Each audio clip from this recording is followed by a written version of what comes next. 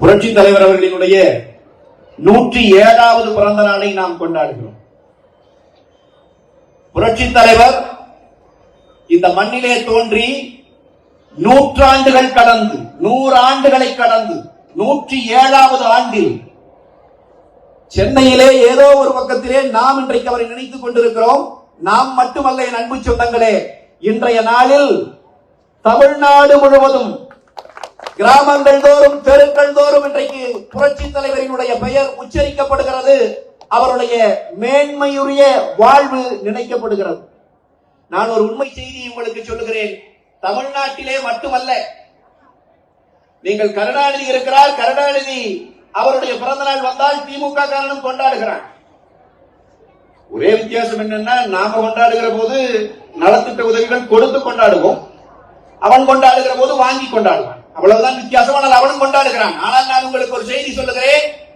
தமிழ்நாட்டின் எல்லையை தாண்டி வெளியே போய்விட்டால் கருணாநிதியினுடைய பிறந்த நாளையோ மறைந்த நாளையோ நினைத்து பார்க்க கூட ஆள் இல்லை. ஆனால் ஆண்டவன் அருளினால் வாய்ப்பு கிடைத்த காரணத்தால் சில காலம் ஐரோப்பாவிலே இருக்கிற வாய்ப்பு பெற்றவன் நான். ஐரோப்பாவிலே பல நாடுகளுக்கு சுற்றி திரிந்த போது ஈழ தமிழர்களினுடைய வீடுகளிலே தங்கியிருந்த காலங்களிலே நான் பார்த்திருக்கிறேன். ஈழ தமிழர்களினுடைய வீடுகளில் தமிழ்நாட்டிலே இருந்து ஒரு தலைவரினுடைய படம் இருக்கிறது என்று சொன்னால் அது புரட்சி தலைவர் எம்ஜிஆர் அவர்களுடைய படம் மட்டும்தான். எனவே அவர் இங்கு மட்டும் தமிழ்நாட்டில் மட்டும் நினைக்கப்படவில்லை. 107வது பிறந்த நாள் உலகம் முழுவதும் வாழுகிற தமிழன் அன்போடு நன்றி சொல்லி அந்த தலைவனை நினைத்து பார்க்கிறான் என்றால், என் அன்பு சொந்தங்கள் நினைச்சு பாருங்க. நம்ம வீட்டுல பெரியவங்க இருக்கிறாங்க, மறைஞ்சிடறாங்க, வீட்டுல படம் மாட்டி வைப்போம். எவ்வளவு நாள் இருக்கும்? ஒரு 10 ஆண்டுகள் 20 ஆண்டுகள் இருக்கும். அதன் பிறகு சொந்த அப்பா தாத்தா படத்தையே எடுத்து விட்டு அந்த இடத்துல வேற படம் வைக்க வேண்டி வந்துவிடும் இல்லையா? அந்த உருவங்கள் மனதிலே இருந்து மறைந்து போய்விடும். நம்மை பெற்ற சொந்த தாத்தா அப்பா அம்மா பாட்டி இவங்க படமே 20 ஆண்டுகள் தான் தாக்கு பிடிக்கும். ஆனால் யார் பெற்ற பிள்ளை இந்த பிள்ளை 107 ஆண்டுகள் கழித்தும் நாம் எல்லாம் நினைந்து பார்த்தோம் என்றால் எப்படி ஒரு வாழ்வு இருந்திருக்கும். அந்த வாழ்வு எம்ஜிஆர் என்கிற பெயரை சொல்லிவிட்டால் முதல் வார்த்தை என்ன சொல்றாங்க? அள்ளி அள்ளி கொடுத்த கரங்களுக்கு சொந்தக்காரன். இந்த ஒரு மனிதன் வாழ்ந்த காலத்தில் இப்படி ஒரு பேர். எனக்கு முன்னாள் பேசி அண்ணன் சொன்னார், கடையெழு வள்ளல்களை பற்றி படித்திருக்கிறோம். பாரி ஆரி ஓரிக அதியமான் படித்திருக்கிறோம். கர்ணனை பற்றி படித்திருக்கிறோம். கவசகண்டலத்தோடு பிறந்தான், வந்தவனுக்கு எல்லாம் அள்ளி அள்ளி கொடுத்தான் என்று வரலாற்றிலே இதிகாசத்திலே படித்திருக்கிறோம். ஆனால் வாழ்க்கையிலே அப்படி ஒருவரை பார்த்திருக்கிறோமா? இப்பொழுது கூட சமீபத்திலே இவரு விஜயகாந்த் அவர்கள் மறைந்து போனார். அவர் மறைஞ்சோன்னு எல்லாரும் என்ன சொன்னாங்க? கருப்பு கருணாநிதி மறைஞ்சிட்டார். எவனாவது ஒருத்தன் சொன்னாங்க? தமிழ்நாட்டில் ஒருத்தர் சொன்னாங்களா? எம்ஜிஆரை போல அவர் வந்தவன் என்ன சொல்லுவார்? நான் கருணாநிதியின் ஆட்சியை தரப்போகிறேன்னு சொல்லுவாரா? சொன்னா அதுக்கப்புறம் அரசியல் நடத்த முடியுமா? ஸ்டாலினே சொல்ல மாட்டான். புதிதாக அரசியலுக்கு வருகிறவரும் என்ன தெரியுமா சொல்லுவார்? எம்ஜிஆரின் ஆட்சியை தருவோம், எம்ஜிஆர் போல அரசியல் செய்வோம் என்று சொல்லுவோம். எப்படி இது வாய்ப்பு? எப்படி ஒரு மனிதன் இப்படி உலக மக்கள் அத்தனை பேரின் உள்ளங்களையும் வென்று நிற்கிறார்? ஏன் நிற்கிறார் தெரியுமா? என் அன்பு சொந்தங்களை நான் உங்களுக்கு சொல்லுகிறேன். மனதிற்குள்ளே இருந்து மனிதனை நேசிக்கிற உணர்ச்சி எந்த தலைவனுக்கு வருகிறதோ அந்த தலைவன் வரலாற்றிலே நிற்கிறார். புரட்சி தலைவர் ஏன் நின்றார்? எத்தனையோ பேர் ஆட்சி நடத்தினார்கள். ஆனால் அந்த மனிதனுக்குத்தான் பட்டது, இந்த நாட்டில் எத்தனையோ ஏழை குடும்பங்களிலே இருந்து வருகிற பிள்ளைகள் பள்ளிக்கூடத்திற்கு வருவதில்லை. காரணம், அவர்கள் பணிகளிலே கிடக்கிறார்கள், அவர்களுக்கு வேலை செய்து கொண்டு கிடக்கிறார்கள். அந்த குழந்தைகள் பள்ளிக்கூடம் வர வேண்டும், பள்ளிக்கூடம் வர வேண்டும் என்று சொன்னால் அந்த பிள்ளைகளுக்கு அந்த பள்ளிக்கூடத்தில் இருக்கும் போது அந்த ஒரு நேர சோறாவது வழங்கப்பட வேண்டும். சாப்பிட்டா தானே அந்த குழந்தைங்க வரும், சாப்பிடறதுக்காகவாது குழந்தைங்க வராதா என்கிற சிந்தனையோடுதான் சத்துணவு திட்டம் என்கிற திட்டத்தை நான் உங்களுக்கு சொல்லுகிறேன். இமயம் தொடங்கி குமரி வரை எந்த மாநிலத்திலும் எவருக்கும் தோன்றவில்லை. தமிழ்நாட்டிலே புரட்சி தலைவர் கொண்டு வந்தார். பள்ளிக்கூடங்களிலே பிள்ளைகளை வரவையுங்கள், அந்த பிள்ளைகளுக்கு உணவு கொடுங்கள் என்று சொன்னார். இந்த உணர்ச்சி எங்கிருந்து ஒரு தலைவனுக்கு வருது? ஏன் இவருக்கு முன்னால் 10 ஆண்டுகள் ஆட்சி செய்த கருணாநிதிக்கு அந்த சிந்தனை வரவில்லை? ஐயா காமராஜருக்கு வந்தது அந்த சிந்தனை, புரட்சி தலைவர் எம்ஜிஆருக்கு வந்தது. ஏன் வந்தது? ஏன் தெரியுமா? சாதாரண குடும்பத்திலே பிறந்து பசி என்றால் என்னவென்று தெரிந்து பசியால் துடித்த மனிதன் தான் அந்த இடத்திற்கு வந்த பிறகு நம்மை போல் இன்னொருவன் பசியால் துடிக்க கூடாது என்கிற சிந்தித்த சிந்தனையால் வந்தது. அன்றைக்கு சத்துணவிற்காக பள்ளிக்கூடத்தின் வாயில்களுக்குள்ளே வந்த குழந்தைகள் தான் இன்றைக்கு நன்மை சொந்தங்களை நான் உங்களுக்கு சொல்லுகிறேன். உலகம் முழுவதும் வாழ்ந்து கொண்டிருக்கிறான். அங்கே கல்வி கற்றான், கல்லூரி வந்தான், படித்தான், பொறியாளராக, மருத்துவராக, விஞ்ஞானியாக இன்றைக்கு உலகம் முழுவதும் இருக்கிற அத்தனை பேரையும் கேளுங்கள். இந்த சத்துணவு திட்டத்திலே படித்து விட்டு போனவன் தானே ஒரு தலைவன். இதுதான் புரட்சி தலைவர்ங்கிறது. ஏன் புரட்சி தலைவர் சொல்றோம்? புரட்டி போடுகிறார், கல்வி நிலையை மாற்றுகிறார், ஒரு புது வசந்தத்தை தமிழ்நாட்டிற்குள்ளே பிரசவித்த மாபெரும் தலைவனாக புரட்சி தலைவர் நின்றார். அதனால் இன்றைய நாளிலும் நாம் அவரை சிந்திக்கிறோம். புரட்சி தலைவர் வாழ்நாள் முழுவதும் மக்களுக்காகவே பாடுபட்ட ஒரு தலைவர். ஆனால் நான் உங்களுக்கு சொல்லுகிறேன், புரட்சி தலைவர் அவர்களும் வாழ்க்கையிலே ஒரு தவறை செய்தார். அவ்வளவு நல்ல மனிதர் கூட வாழ்க்கையிலே ஒரு தவறை செய்தார். அவர் செய்த தவறு என்ன தெரியுமா? 1967 அண்ணா தொடங்கிய திமுக ஆட்சியை பிடித்தது. 1969 அண்ணா மறைந்து போய்விட்டார். அண்ணா மறைந்த போது அடுத்த முதலமைச்சர் யார் என்கிற கேள்வி வருகிறது. அடுத்த முதலமைச்சர் யார் என்கிற கேள்வி வருகிற போது அந்த பட்டியலிலே எந்த இடத்திலும் கருணாநிதிக்கு இடமில்லை. ஆனால் கூட பழகிய நண்பனா போயிட்டாரே, இவரும் ஒரு அடித்தட்டு வர்க்கத்திலே இருந்து வந்தவர், நம்மை போல கஷ்டப்பட்டு வந்தவனாச்சே, நம்முடைய நண்பன் ஒருவனுக்கு இந்த இடம் கிடைக்கட்டும் என்று சொல்லி கருணாநிதியை முதலமைச்சராக்க வேண்டும் என்று சொல்லி முயன்று அதை செய்தும் காட்டியவர் புரட்சி தலைவர் எம்ஜிஆர். இதை நான் சொல்லவில்லை. நான் சொன்னால் திமுக காரன் சங்கடப்படுவான். இதை சொன்னதே கருணாநிதி தான். என் வீட்டிலே என்னுடைய மனைவி கூட நான் முதலமைச்சர் என்று நம்பவில்லை. ஆனால் அதை புரட்சி தலைவர் உருவாக்கி கொடுத்தார் என்பதை கருணாநிதியை அவருடைய வரலாற்றிலே சொன்னார். புரட்சி தலைவர் அந்த நிலையை நடத்தி காட்டினார். அதுதான் புரட்சி தலைவர் வாழ்க்கையில் செஞ்ச ஒரே தப்பு. அதுக்கான அந்த தப்புக்கான தண்டனை தான் ஒரு நச்சு நாகத்தை வளர்த்து விட்டால் என்ன ஆகும் என்பதை காட்டுங்கிற வகையிலே புரட்சி தலைவரை கட்சி விட்டு வெளியேறினார். நான் உங்களுக்கு சொல்றேன் அன்பு சொந்தங்களே, புரட்சி தலைவரை கட்சியை விட்டு வெளியேற்றுகிற போது கருணாநிதி நினைத்தார், ஒரு சினிமாக்காரர், இந்த சினிமாக்காரர் நம்ம என்ன செய்துவிட முடியும் என்று நினைத்தார். வெளியேற்றப்பட்டு ஒரே வாரத்திலே ஒரு புரட்சிகரமான அரசியல் இயக்கத்தை தொடங்கினார். அந்த இயக்கம் தான் இன்றைக்கும் அவரை நினைவு கூர்ந்து கொண்டிருக்கிற அனைத்து இந்திய அண்ணா திராவிட முன்னேற்ற கழகம். அவர் கட்சி தொடங்கியது மட்டுமல்ல, எந்த கருணாநிதி புரட்சி தலைவரை கட்சியை விட்டு வெளியேற்றினாரோ புரட்சி தலைவர் உயிரோடு இருக்கிற கடைசி நொடி வரை அந்த கருணாநிதி மீண்டும் ஒரு முறை முதலமைச்சர் பதவியை நினைத்து பார்க்க முடியாதபடிக்கு தடுத்து நிறுத்தினார். அவர் மட்டுமா நிறுத்தினார்? புரட்சி தலைவரின் அரசியல் வாரிசாய் வந்த உலகத்தில் எந்த தலைவனும் கண்டிராத அளவில், எந்த நாட்டு மக்களும் பார்த்திராத அளவில் மாபெரும் தலைவியாக உருவெடுத்து நின்ற புரட்சி தலைவி அம்மா அவர்களும் கருணாநிதியினுடைய ஆயுள் முடிகிற வரை கடைசி நொடி வரைக்கும் அந்த முதலமைச்சர் பதவியை தொட்டு பார்க்க முடியாதபடி தடுத்து நிறுத்தி வென்று காட்டினார். அது கருணாநிதி செய்த தவறுக்கு அவருக்கு நாம் கொடுத்த தண்டனை. அன்பான சொந்தங்களுக்கு நான் சொல்லுகிறேன், இந்த மனிதரை நாம் நினைத்து பார்க்க வேண்டும். இவரை நம்முடைய பிள்ளைகளுக்கு சொல்லித் தர வேண்டும். புரட்சி தலைவர் எம்ஜிஆர் என்று ஏன் பேசப்படுகிறார்கள் என்பதை நாம் சொல்ல வேண்டும். அவர்களை நினைப்பதன் மூலமாக நம்முடைய ஆன்மாவை நாம் தூய்மைப்படுத்திக் கொள்ள வேண்டும். புரட்சி தலைவர் இன்றைக்கு நாம் நினைக்கிறோம் என்றால் அது அவருக்கு ஏதாவது விஷயமா? ஒண்ணுமில்லையே. அவருக்காக அல்ல, நமக்காக நாம் அவரை நினைக்கிறோம். அந்த மாபெரும் மனிதரை தெய்வமாக வணங்குகிற மக்கள் இன்றைக்கு இருந்து கொண்டிருக்கிறார்கள். அந்த மனிதரை நம்முடைய பிள்ளைகளுக்கும் நாம் கற்றுக் கொடுக்க வேண்டும்.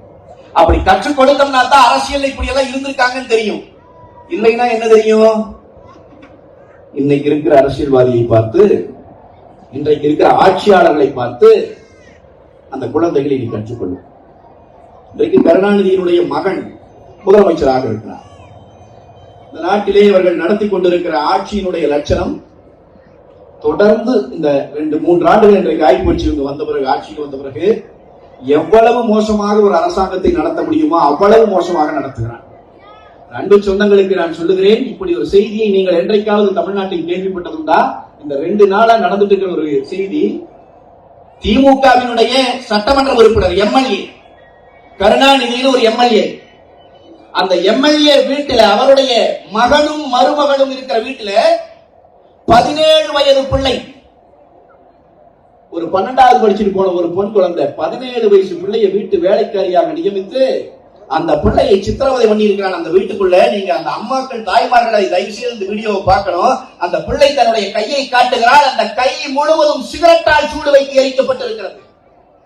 காகிதத்திலே நெருப்பை வைத்து அந்த காகித நெருப்பை வாய் பக்கத்திலே வைத்து வாயில், என்னடா மனுஷனுக்கு நீங்க மனித குலத்திலேயே சேர்க்க முடியாத உளவியல் நோயாளிகள். செய்தவன் யார்? இதே திமுக எம்எல்ஏவினுடைய மகன் மருமகள். அந்த பிள்ளை தப்பித்து வந்திருக்கிறாள். வீட்டிலே இருந்து வெளியே வந்திருக்கிறாள். வெளியே வந்து செய்தியாளர்களிடம் போகிறாள். அந்த பிள்ளை அவளா தானா குடும்பத்துல அவங்க அம்மா அப்பாவை கூட்டிட்டு போய் காவல் நிலையத்தில் புகார் கொடுக்கிறார். காவல் நிலையம் புகார் எடுத்துக்கொண்டதா? இவ்வளவு பெரிய சித்திரையை அது பட்டியலிருந்து சேர்ந்த பெண் அந்த குழந்தை. உடன் நின்று இருக்க வேண்டியவன் யார்? இன்னைக்கு திமுகவோட கூட்டணியில் இருக்கிற கட்சிகள் உடன் நின்று இருக்க வேண்டாமா? அந்த பிள்ளைக்கு உரிமை வச்சு கொடுத்திருக்க வேண்டாமா? எவனடா இந்த நாட்டில், விடுதலை நாட்டில் 17 வயசு குழந்தையை இப்படி தீ வச்சு கொடுத்துருவேன். அவன் எம்எல்ஏவா இருக்கட்டும், அமைச்சரா இருக்கட்டும், எந்த பொம்பளாக இருக்கட்டும், உள்ளே தூக்கி போடு என்கிற தைரியம் வந்திருக்க வேண்டாமா? காவல் நிலையத்தில் வழக்கு எடுக்கப்படவில்லை. நான் உங்களுக்கு சொல்றேன், அவன் பேரு கருணாநிதி தான். கருணாநிதி பேர் வச்சப்பவே இந்த சிக்கல் வருகிறது ஒன்று. நான் உங்களுக்கு இன்னொரு செய்தியை சொல்லுகிறேன் அன்பு சொந்தங்களே. இன்றைக்கு அந்த கருணாநிதி, இந்த எம்எல்ஏ கருணாநிதியினுடைய மருமகள் மீது வழக்கு பதிவு செய்யப்பட்டிருக்கிறது. காரணம் யார் தெரியுமா? நெஞ்சை நிமிர்த்தி பெருமிதத்தோடு சொல்லுங்கள். எவிடன்ஸ்ங்கிற ஒரு மனித உரிமை அமைப்பு தான் இதை வெளிக்கொண்டு வர்றாங்க, அது உண்மை. ஆனால் இதை மக்கள் மயப்படுத்தி மீண்டும் மீண்டும் இதை பேசி இன்றைக்கு வழக்கு போடுகிற அளவுக்கு நிலையை கொண்டு வந்தது புரட்சி தமிழரினுடைய வழிகாட்டுதலில் நடந்து கொண்டிருக்கிற அனைத்து இந்திய அண்ணா திராவிட முன்னேற்ற கழகத்தினுடைய ஐடி விங்கு தான் என்பதை நீங்கள் மறந்துவிடக் கூடாது. இந்த பிள்ளைகள், இந்த இளைஞர்கள் தங்கள் கரங்களிலே இருக்கிற அலைபேசிகள் மூலமாக மீண்டும் மீண்டும் இந்த செய்தியை கொண்டு வந்ததனுடைய விளைவு இன்றைக்கு திமுக எம்எல்ஏவினுடைய மருமகள் மீது வழக்கு பதியப்பட்டிருக்கிறது. நாங்கள் இதை விடமாட்டோம் என்பதை சொல்லுகிறேன். அனைத்து இந்திய அண்ணா திராவிட முன்னேற்ற கழகத்தினுடைய தொண்டர்களும் தோழர்களும் கவனிக்கிறோம். இந்த மனநோயாளியை, அந்த பிள்ளையை இவ்வளவு சித்திரவதை செய்த இந்த அயோக்கிய கும்பலுக்கு தண்டனை வாங்கி தருகிறவரை அனைத்து இந்திய அண்ணா திராவிட முன்னேற்ற கழகம் ஓயாது தொடர்ந்து பார்ப்போம். ஒருவன் ரெண்டு பேரா தொடர்ச்சி இதே வேற. எத்தனை மக்களை சித்திரவதை? எனக்கு முன்னாடி அண்ணன் பேசினாங்க, அமைச்சர் பூரா எங்க இருக்காங்க. ஒரு அமைச்சருங்க 10 ரூபா டாஸ்மாக்ல, அந்த டாஸ்மாக்ல குடிக்க வர்றவங்க கிட்ட 10 ரூபா வாங்கி வாங்கி பல கோடி கழிந்து கேட்டாங்க. வீடு கட்டிருக்கிறான். நான் மிரண்டே போயிட்டேன். நான் வர கோயம்புத்தூர்ல வர வழியிலே தான் அந்த வீடு இருக்கிறது.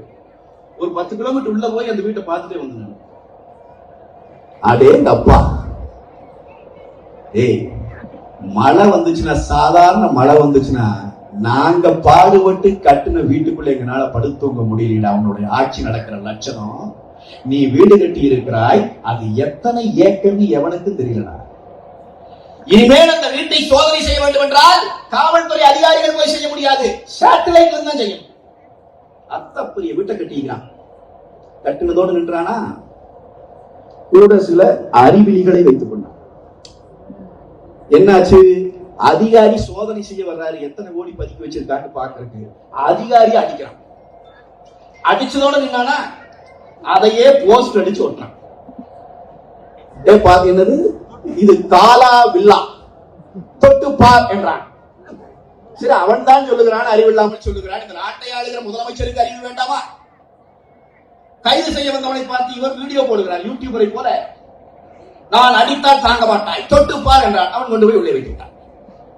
இப்பொழுது அவன் சொல்லுகிறான், முடிந்தால் நீ வந்து ஒரு முறை தொட்டுப்பா, உன்னுடைய ஆளை தொட்டு பார்க்க வேண்டும் என்றால் என்னிடம் கேட்டுட்டு தான் போக வேண்டும். உள்ளே போய்விட்டான். உள்ளே போனவனை அமைச்சர் பதவியிலே இருந்து நீக்கினாயா? இல்லை. அவர் இன்றைக்கும் அமைச்சராகவே இருக்கிறார். இப்படி ஒரு கேடு கட்ட அரசை இந்தியாவில் எங்காவது பார்த்திருக்கிறீர்களா? அம்மா, நான் உங்களை பார்த்து சாதாரணமா கேட்கிறேன், நிறைய படிக்க வேண்டியது இல்லை, சாதாரணமா நான் கேட்கிறேன். ஒரு நாட்டினுடைய மினிஸ்டர் உத்தரவு போட்டா ஒரு ஜெயிலுடைய ஜெயிலர் அதுக்கு கட்டுப்படணுமா இல்லையா? கட்டுப்படணும். ஏன்னா ஒரு மினிஸ்டர், ஒரு ஜெயிலுக்குள்ள ஒரு ஜெயிலர் உத்தரவு போட்டா அந்த ஜெயிலுக்குள்ள இருக்கிற கைதி கட்டுப்படணுமா இல்லையா? ஏன்னா ஒரு ஜெயிலர். இப்ப அமைச்சரே கைது. யாருக்கு யார் உத்தரவு போடுவது? நாம் இங்கே சிரிக்கிறோம், ஆனால் என் அம்மாக்களுக்கு நான் சொல்றேன், நாடே நம்மை பார்த்து சிரிக்கிறோம். இந்த அயோக்கியர்களுக்காக வாக்களித்தீர்கள் தமிழர்களே என்று சொல்லி ஒட்டுமொத்த இந்தியாவும் நம்மை பார்த்து சிரிக்கிறது. ஒரு மினிஸ்டர் உள்ளே இருக்கிறார், இப்ப அடுத்து ஒரு மினிஸ்டர் இப்ப தயாராகி இருக்கிறார். அண்ணன் சொன்னதை போல ஓசினர் சரி வாசாமின்ட்டாங்க. போட்டோ எடுத்து வழக்க போட்டு விட்டா அங்க போய் நின்னா மனுஷன் உடம்பு சரியில்லைங்கிறாருங்க, எனக்கு கொஞ்சம் உடம்புக்கு முடியாம இருக்குது, தண்டனை குறைச்சு கொடுங்க. நீதிபதி பார்த்து இருக்கிறாரு, ஏண்டா மக்கள் பணத்தை கொள்ளையடிக்கிற போது உனக்கு உடம்பு நன்றாக இருந்ததா? தூக்கி இப்ப உள்ள வைக்கிறதுக்காக தயார் பண்ணிட்டு இருக்கிறாங்க. அநேகமாக புரட்சி தலைவரினுடைய 108வது பிறந்த நாள் விழாவை கொண்டாடுகிற போது இதே இடத்திற்கு அண்ணன் கே பி கந்தன் அவர்களுக்கு நான் இப்பொழுதே கோரிக்கை வைக்கிறேன், அண்ணன் கேட்க வேண்டும், நான் இங்கே வர வேண்டும். இதே இடத்தில் நாம் பேசுகிற போது தமிழ்நாட்டினுடைய அமைச்சரவை கூட்டம் அநேகமாக புழற்சிறையிலே தான் நடந்து கொண்டிருக்கும். அத்தனை பேரும் அங்கேதான் இருப்பான். இவனும் எந்த அமைச்சரையும் நீக்கப் போவதில்லை. எனவே அமைச்சர் கூட்டம் நடக்க வேண்டும் என்றால் புழற்சிறைக்கு போய் தான் நடத்த வேண்டும். அதிலும் ஒன்றை நல்லா கவனிச்சீங்கன்னா, இருக்கிறதுலயே அதிகமா கொள்ளையடிச்சது ஸ்டாலின் குடும்பம், கருணாநிதி குடும்பம் தான். அவங்கள ஒரு சின்ன கீரல் கூட விட மாட்டேங்குது பாத்தீங்களா? ஒருத்தரையும் கூட தூக்கலையே. ஏன் தூக்கலைன்னா, இன்னைக்கு மோடி வர்றதுக்கு மஞ்ச பத்திரிகை தப்பா நினைச்சிடக்கூடாது, முரசொலிங்கிற அந்த பத்திரிகையினுடைய மஞ்ச விளம்பரம் போட்டிருக்கான். யாருக்கு? மோடி அவர்களை வரவேற்பதற்கு. அதுவே எங்கள் புரட்சி தமிழர் எடப்பாடியார் இங்கே ஆட்சி நடத்தி கொண்டிருந்த காலத்தில் இந்தியாவினுடைய பிரதமர் வந்தபோது என்ன செய்தான்? கருப்பு கொடியை தூக்கி கொண்டு ஓடினான், தெரு தெருவாக ஓடினான்.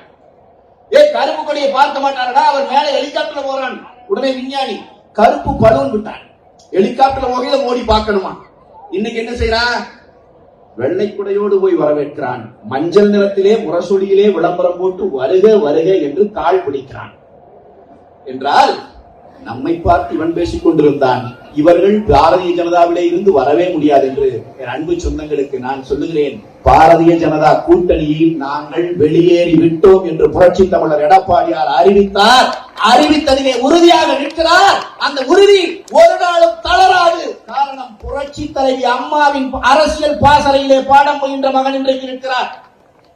மாறாது. இவன் என்ன சொன்னா? இல்ல பிஜேபி கூட நீ போயிருவாங்க. நான் இன்றைக்கும் உங்களுக்கு உறுதிபட சொல்லுகிறேன், மீண்டும் அனைத்து இந்திய அண்ணா திராவிட முன்னேற்ற கழகம் தன்னுடைய 3வது தலைமுறை அரசியலை வலிமையாக கட்டி தனித்து எழுந்து நின்று கொண்டிருக்கிறது. பார்க்கலாம் வருகை என்று இருக்கிறது. தொலைக்காட்சிகளிலே விவாதங்களுக்கு நாங்கள் போகிறோம். நம்பிக்கைக்குரிய செய்தி ஒன்றை நான் உங்களுக்கு சொல்லுகிறேன். ஒரு தொலைக்காட்சியினுடைய தலைமை ஆசிரியர் ஒருவரோடு உட்கார்ந்து பேசிக் கொண்டிருந்தோம். தனிப்பட்ட முறையில் விவாதங்கள்ல பேசினா நம்மளை பேச விட மாட்டாங்க. அதிமுக இருந்து 6 மணி நேரம் பேச விட மாட்டாங்க, அது வேற. தனிப்பட்ட முறையிலே பேசிக் கொண்டிருந்தோம். எப்படி இருக்குதுங்க நிலவரம்? நாடாளுமன்ற தேர்தல் நான் சொன்னேன், பெருமளவு வெற்றி பெற்று வருவோம், கட்டாயமாக நாங்கள் பெருமளவு வெற்றி பெறுவோம் தமிழ்நாட்டிலே. உங்களுக்கு எப்படி தெரிகிறது என்று கேட்டேன். தமிழ்நாட்டிலே இருக்கிற ஒரு தொலைக்காட்சியினுடைய தலைமை ஆசிரியர் என்னிடம் சொன்னார், ஏமாந்தா 40க்கு 40 அதிமுக அடிச்சாலும் அதில் ஆச்சரியப்படுறதுக்கு இல்லைங்க, இன்னைக்கு நிலைமை கிரவுண்ட்ல அப்படித்தான். எப்படி இப்படி சொல்றீங்கன்னு கேட்டேன். அந்த அளவுக்கு பெயர் எடுத்திருக்கிறான், அந்த அளவுக்கு மோசடி செய்திருக்கிறான், அந்த அளவுக்கு மக்களை சுரண்டி கொடுக்கிறான். இங்க சென்னையில வந்த வெள்ளம் அதற்கு பெருஞ்சாட்சி. மழை வருது, முதல் நாள் 24 மணி நேரம் மழை வருது. நான் சத்தியம் சொல்லுகிறேன், இந்த மேடையிலே பேசுகிறேன் என்பதற்காக சொல்லவில்லை, சத்தியம் செய்து சொல்லுகிறேன். நான் முகநூலிலே பார்க்கிறேன், அன்னைக்கு முதல் ஆளாக நான் பார்த்து முதல் ஆளாக வேட்டி மடிச்சு கட்டிட்டு களத்தில் இறங்கினது அண்ணன் கே பி கந்தன் அவர்கள் தான். பெருமைக்கு முகத்துக்கு சொல்லல, நான் பார்த்தது அவர். செய்தி வர ஆரம்பிக்குது. அண்ணா திராவிட முன்னேற்ற கழகத்தினுடைய மாவட்ட செயலாளர்கள் களத்துக்கு வந்து விட்டார்கள். அடுத்த நாள் காலை அண்ணா திராவிட முன்னேற்ற கழகத்தினுடைய பொதுச் செயலாளர் அண்ணன் எடப்பாடியார் வேட்டியை மடிச்சு கட்டிட்டு களத்தில் இறங்கிட்டார். ஒவ்வொரு இடத்திலும் நலத்திட்ட உதவிகள் போகிறது, மக்களை சந்திக்கிறார்கள். அண்ணா திராவிட முன்னேற்ற கழகத்தினுடைய ஆற்றல் மிகு இளைஞர்கள் நீருக்குள்ளே இறங்கி மக்களை மீட்க தொடங்கிவிட்டார்கள். இத்தனையும் நடக்கிறது. அரசு எங்கே இருந்தது என்று எவனுக்கும் தெரியும். நாட்டினுடைய தலைமை செயலாளர் மழை நின்று ஒரு வாரம் கழித்து மக்களை சந்திக்க போகிறார். ஒரு மனிதர் அவரை பார்த்து கேட்கிறார், இந்த நாட்டினுடைய தலைமை செயலாளர் சீஃப் செக்ரட்டரியை பார்த்து கேட்கிறார், ஒருத்தர் கூட வரலையே ஐயா மழை நின்று, ஒரு கவுன்சிலர் வரல, எம்எல்ஏ வரல, யாருமே வரலையே ஐயா, ஒரு அதிகாரி வந்திருந்தா கூட எங்களை காப்பாத்திருக்கலாம், 3 நாளா பட்டினி கிடந்தமையாங்கிறாரு. அவர் எதுவும் சொல்ல முடியாம தலைமைச் செயலாளர் தலைகுனிந்து இருக்கிற காட்சியை பார்த்தோம். இவ்வளவு கேவலமும் ஒரு அரசு உலகத்தில் எங்காவது நடந்திருக்கா? புரட்சி தலைவி அம்மா அவர்கள் ஆட்சி காலத்திலும் நம்முடைய புரட்சி தமிழர் அண்ணன் எடப்பாடியார் ஆட்சி காலத்திலும் இது போன்ற மலைச்சேதங்கள் வந்தபோது நான் உங்களுக்கு சொல்லுகிறேன், குறைந்தபட்சம் எந்த மனிதனும் பசியால் துடிக்கிற நிலை இல்லை. காரணம், அம்மா உணவகங்களை திறந்து விட்டார்கள். இலவசமாக உணவு வழங்கப்படுகிறது. யார் வேண்டுமானாலும் போகலாம், எப்பொழுது வேண்டுமானாலும் சாப்பிடலாம். அந்த நிலை அண்ணா திராவிட முன்னேற்ற கழகம் உருவாக்கி வைத்திருந்தது. அட பாவிகளே, இன்றைக்கு பசியில் பட்டினியிலே கதறுகிற மக்களுக்கு என்னவென்று சொல்ல போகிறாய்? என்ன சொல்லுது? பணம் இல்லைங்கிற, நிவாரண உதவி கொடுக்கறதுக்கு பணம் இல்லை. என்ன செய்ய போற? மத்திய அரசிடம் கேட்கிறேன். இங்க பணம் இல்லைன்ட்டு இதே சென்னையில கார் ரேஸ் நடத்துறாங்க. கார் ரேஸ் நடத்துவதற்கு சில கோடிகள் தேவைப்படுகிறது, சில 100 கோடிகள் தேவைப்படுகிறது. அதுக்கு நான் மைதானம் அமைக்கிறேன். யாருக்குமே ஒண்ணுமே புரியல. இப்ப எதுக்குடா கார் ரேஸ் நடத்துற? நாங்களே எங்கள் சொந்த வீடுகளுக்குள்ளேயே நீச்சல் போட்டிகள் நடத்தி கொண்டிருக்கிறோம். நீ முதல்ல இந்த நீச்சல் போட்டியை முடித்து வை.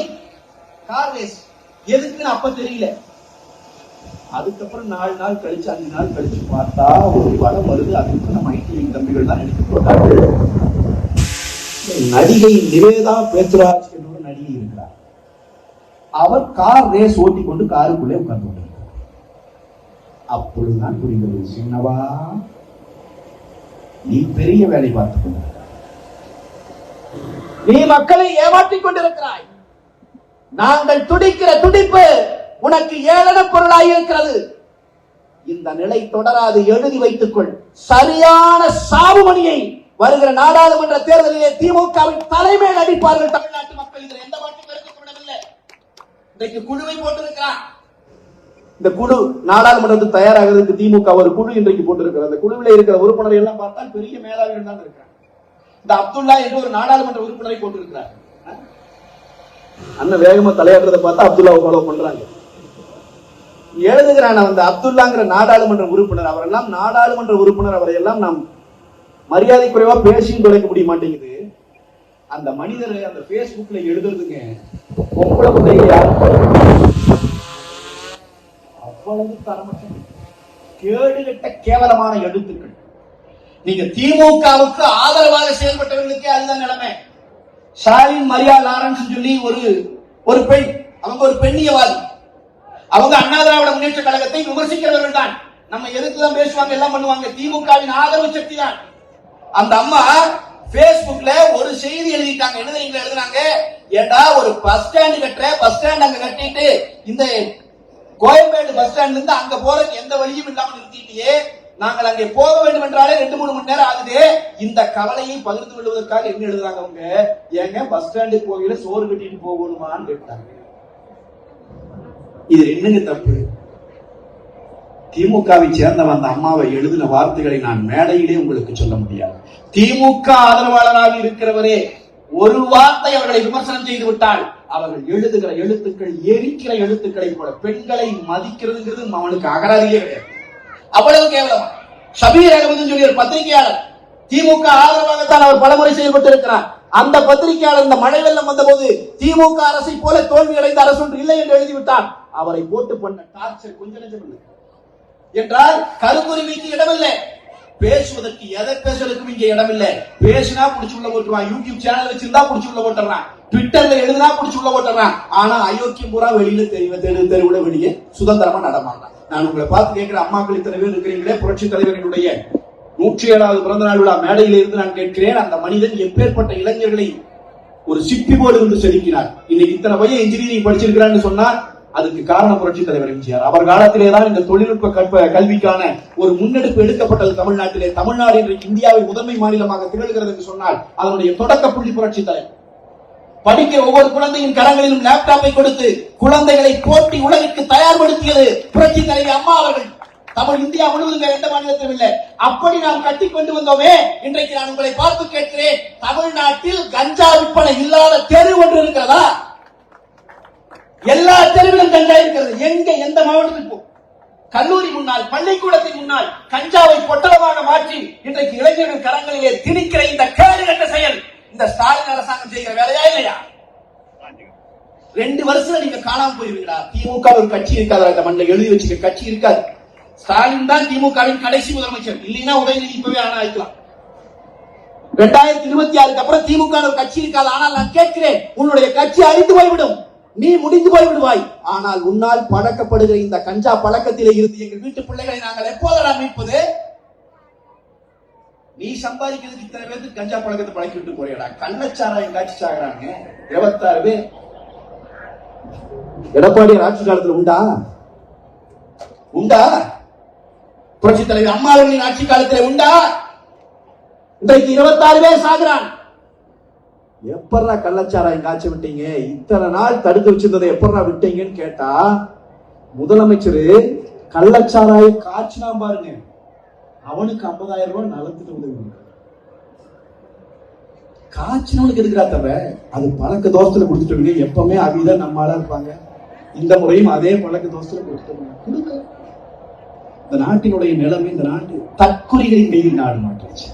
எந்த துறை குறித்தும் அறிவில்லை, எந்த டிபார்ட்மெண்ட்டும் வேலை செய்யல. ஏதாவது ஒரு துறை சரியா வேலை செய்யுது சொல்லுங்க தமிழ்நாட்டில். ஒரே ஒரு துறை சொல்லுங்க பார்ப்போம். ஒரே ஒரு துறை வேலை செய்யுது. ஒரே ஒரு துறை வேலை செய்யுது. எந்த துறைங்க? டாஸ்மாக் ஒண்ணு மட்டும் நல்ல வேலை செய்யுது. 24 மணி நேரம் அயராது உழைக்கிறான். கடையை சாத்த வேண்டும் சாத்திடுறான். இந்த பக்கம் சாத்திட்டு போற வேலை தோங்க. இங்க விற்கிறது 50 ரூபான்னா அங்க 100 ரூபாய்க்கு விற்கிறான். டாஸ்மாக் தவிர இன்னொரு துறை செயல்படல. அப்ப இப்போ ஒரு மாற்றத்தை நோக்கி நாம் நிற்கிறோம்.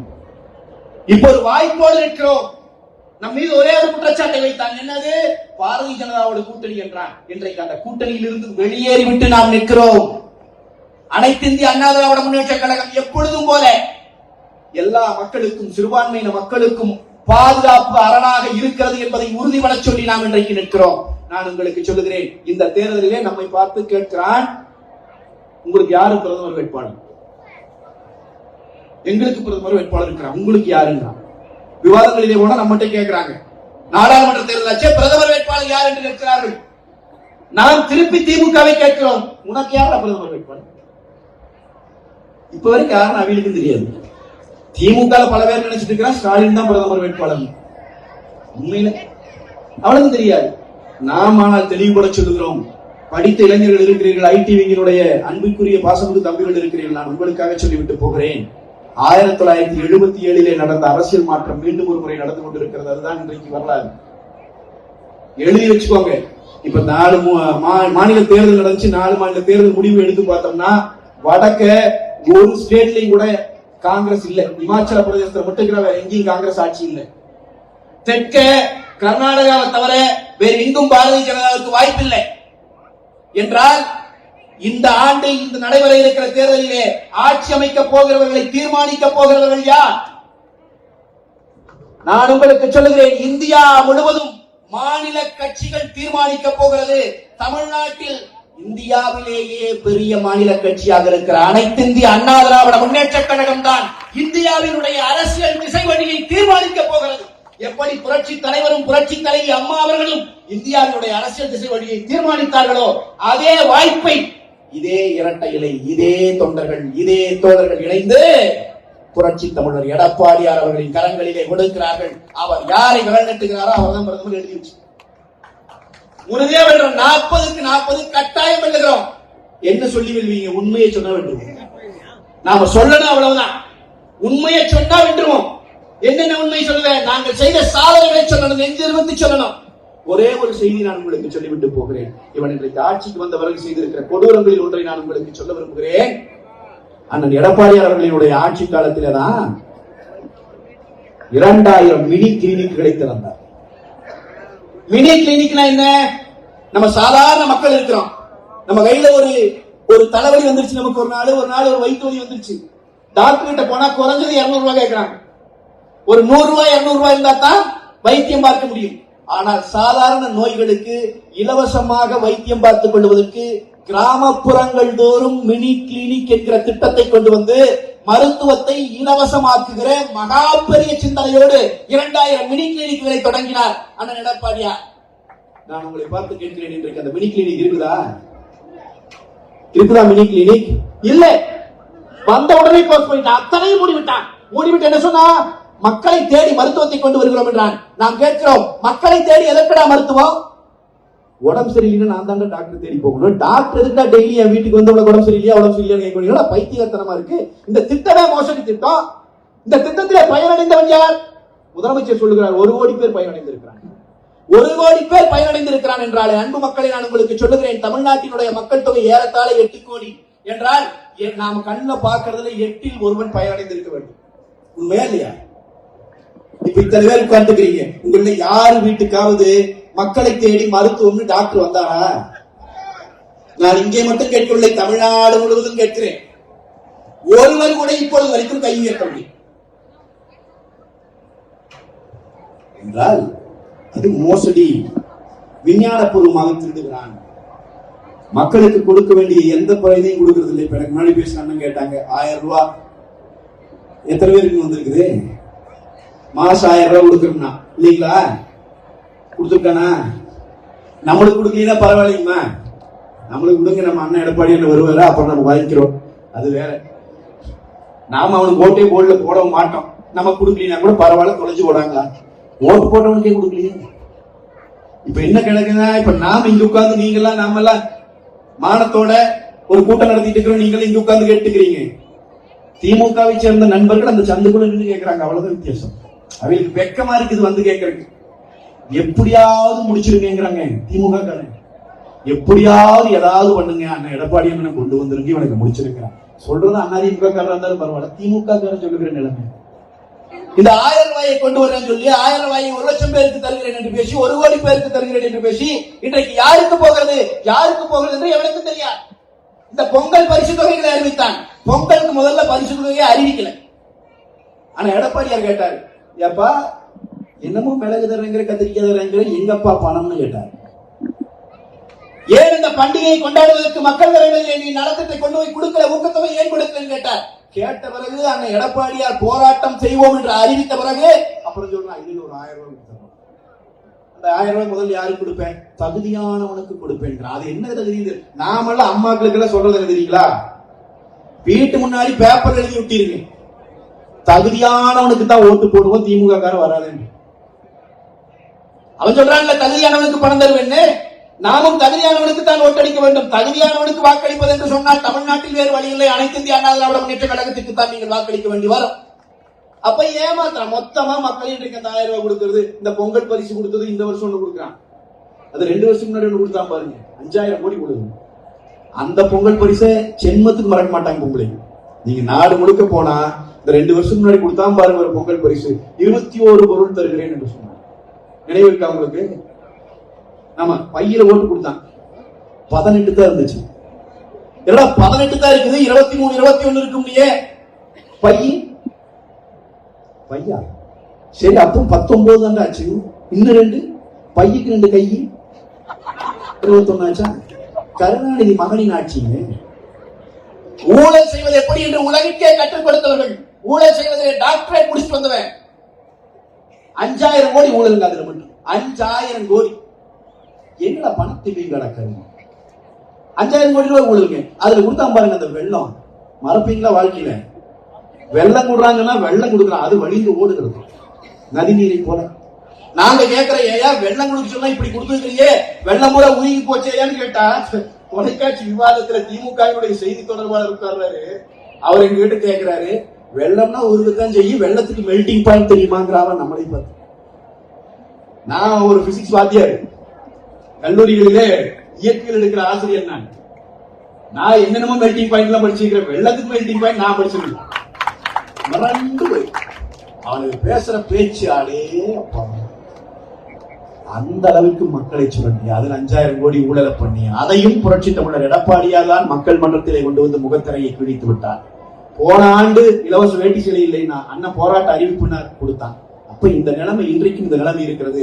தமிழ்நாட்டிலே அவன் ஆட்சி நடத்தி கொண்டிருந்தாலும் மக்கள் நல திட்டங்களை கொடுப்பதில் அண்ணா திராவிட முன்னேற்ற கழகம் தான் களத்திலே நின்று கொண்டிருக்கிறது.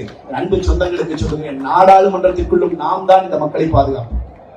ரொம்ப தைரியத்தோடு நெஞ்ச நிமிர்த்தி தலை நிமிர்ந்து அண்ணா திமுக வாக்கு கேட்க தெருவுக்கு போகணும். அத்தனை சாதனைகளை பண்ணியிருக்குது அண்ணா திராவிட முன்னேற்ற கழகம். புரட்சி தலைவர் காலத்திலே இருந்து இன்றைக்கு வரைக்கும் 31 ஆண்டுகள் இந்த கட்சி இந்த மண்ணை ஆண்டு இருக்கிறது, இந்த மாநிலத்தை ஆண்டு இருக்கிறது. ஆனால் உங்களுக்கு சொல்லுகிறேன், ஒரு முறை கூட வீட்டு வரி உயர்வை செய்ததே கிடையாது. 31 ஆண்டுகள் ஒரு முறை கிடையாது. இவன் வந்து சொத்து வரி வீட்டு வரி ஏத்திட்டா, வீட்டு வாடகை கூட ஏறி போச்சு, கரண்ட் பில்லை ஏத்திட்டா. ஒரு செய்தி உங்களுக்கு சொல்லட்டுங்களா? புரட்சி தலைவர் எம்ஜிஆர் அவர்கள் கிட்டத்தட்ட மரணப்படுக்கையிலே இருக்கிறார், உடல்நிலை சரியில்லாமல் இருக்கிறார், அமெரிக்காவிலே மருத்துவம் பார்த்துக் கொண்டிருக்கிறார். அப்ப நாவலர் நெடுஞ்செழியன் இங்கே நிதியமைச்சர், நாவலர் நெடுஞ்செழியன் அமெரிக்காவுக்கு போகிறார் புரட்சி தலைவரை பார்ப்பது. படுத்த படுக்கையா இருக்கிறவர் பக்கத்தில் போய் உட்கார்ந்து கொண்டு நாவலர் நெடுஞ்செழியன் சொல்லுகிறார், மத்திய தொகுப்பிலே இருந்து கொடுக்கிற அரிசி விலையை 3 முறை மிக அதிகமாக ஏத்திட்டாங்க. மத்தியிலிருந்து கிடைக்கிற அரிசியின் விலை ஏறி போச்சுங்க. இந்த அரிசி விலையை கிலோவுக்கு 50 பைசா ஏத்துனா நான் எப்படியோ சமாளிச்சிருவேன், ஏத்திக்கிட்டுமான்னு கேட்கிறார். புரட்சி தலைவர் தழுதழுத்த குரலிலே சொன்னாராம், 50 பைசா இல்ல 5 பைசா கூட ஏற்றக்கூடாது, அது ஏழைகள் வாங்கி சாப்பிடுகிற உணவு, அதில் ஏற்றக்கூடாது. அதுதான் அதிமுக, அதுதான் புரட்சி தலைவர் எம்ஜிஆர். அதனாலேதான் இத்தனை கால மக்கள் மன்றத்தில் நிற்கிறார். ஆனால் நான் கேட்கிறேன், இவன் பண்ணிக்கிறேன், இன்னைக்கு கரண்ட்டுக்கு என்ன விலை? ஸ்டாலின் ஓட்டு கேட்டு வந்த 2021 கரண்ட் பில் எவ்வளவு வந்துச்சு? இன்னைக்கு அந்த கரண்ட் பில் எவ்வளவு வருது? அன்னைக்கு பால் விலை என்ன, இன்னைக்கு பால் விலை என்ன? சகல பொருட்களின் விலையும் ஏறி இருக்கிறது. மக்களை வாழ முடியாமல் அடிக்கிறான். சட்டம் ஒழுங்கு நாரி கிடக்கிறது நாட்டில். யாரும் பொம்பளை பிள்ளைங்க நிம்மதியா தைரியமா தெருவில் நடக்க முடியுதா? முடியாது. திமுகவின் ஆட்சி வந்தா எப்படி முடியும்? பெண்களுக்கு பாதுகாப்பு இல்லைங்கிறது ஒரு பக்கம். பெண்களை பாதுகாப்பதற்காக புரட்சி தலைவி அம்மா அவர்களால் உருவாக்கப்பட்ட மகளிர் காவல் நிலையங்களிலே இருந்து வருகிற மகளிர் காவலர்கள் இருக்கிறார்கள் இல்லையா, அவர்களுக்கே பாதுகாப்பு இல்லை. இதே போல ஒரு கூட்டம் நடந்து கொண்டிருக்கிறது. ஒரு போலீஸ் சப் இன்ஸ்பெக்டர், பெண் போலீஸ் சப் இன்ஸ்பெக்டர், 23 வயசான பொண்ணு, நம்ம வீட்டு புள்ளதான். அந்த புள்ள பாதுகாப்புக்கு வந்து நிக்குது. பாதுகாப்புக்கு நிக்கிற அந்த போலீஸ் அந்த பெண்மணியிட்ட பாலியல் சேட்டையில ஈடுபடுகிறார் திமுகவை சேர்ந்தவன். நான் கேட்கிறேன், இந்த சம்பவம் அம்மா ஆட்சியில நடந்திருந்தா என்ன நடந்திருக்கும்? ஒரு பெண் போலீஸ் அதிகாரிக்கு பாலியல் சீண்டல் கொடுத்தான் என்கிற செய்தி வந்திருந்தால், அண்ணன் எடப்பாடியார் ஆட்சி காலத்தில் நடந்திருந்தா என்ன நடந்திருக்கும்? அடுத்த 1 மணி நேரத்துல பாத்ரூம்லே வலிக்கு விழுந்தார்கள் என்று சொல்லி 2 கையும் 2 காலும் முறிச்சிட்டு அவனுடைய படம் வெளியே வந்திருக்கும். நடந்திருக்குமா இல்லையா? அதுதான் பெண்களை பாதுகாத்த ஆட்சி. நான் இன்றைக்கு கேட்கிறேன், இவனுடைய நிலையம் இன்னைக்கு அப்படி இருக்கா? அந்த ஒரு பெண் போலீஸ் அதிகாரியை பாதுகாக்க முடியும் என்றால், ஒரு செய்தி நான் உங்களுக்கு சொல்லுகிறேன். இங்கே முழுவதுமாக பால் அடிக்கப்பட்டு நாடாளுமன்ற தேர்தலை நெருங்க இவர்கள் தப்பித்துக் கொள்வதற்கான முயற்சிகளையும் அதிகப்படுத்திக் கொண்டிருக்கிற ஒரு காட்சியை தான் நாம் பார்க்கிறோம். அன்பு சொந்தங்களே, நம்பிக்கையோடு இருங்க, சும்மா மட்டும் இருந்துடாதீங்க. நீங்களும் பிரச்சாரத்தை முன்னெடுங்க. பக்கத்து வீட்டில் இருக்கிறவங்க கூட பேசுங்க. அலைபேசியில நண்பர்களை அழைச்சு, உறவினர்களை அழைச்சு பேசுங்க. வருகிற நாடாளுமன்ற தேர்தல் அண்ணா திராவிட முன்னேற்ற கழகத்தினுடைய வேட்பாளருக்கு இரட்டை இலை சின்னத்திலே நம்முடைய வாக்குகளை பதிவு செய்ய வேண்டும். 40 தொகுதிகளிலும் நாம் வென்றோம் என்கிற வெற்றி செய்தியை தர வேண்டும்.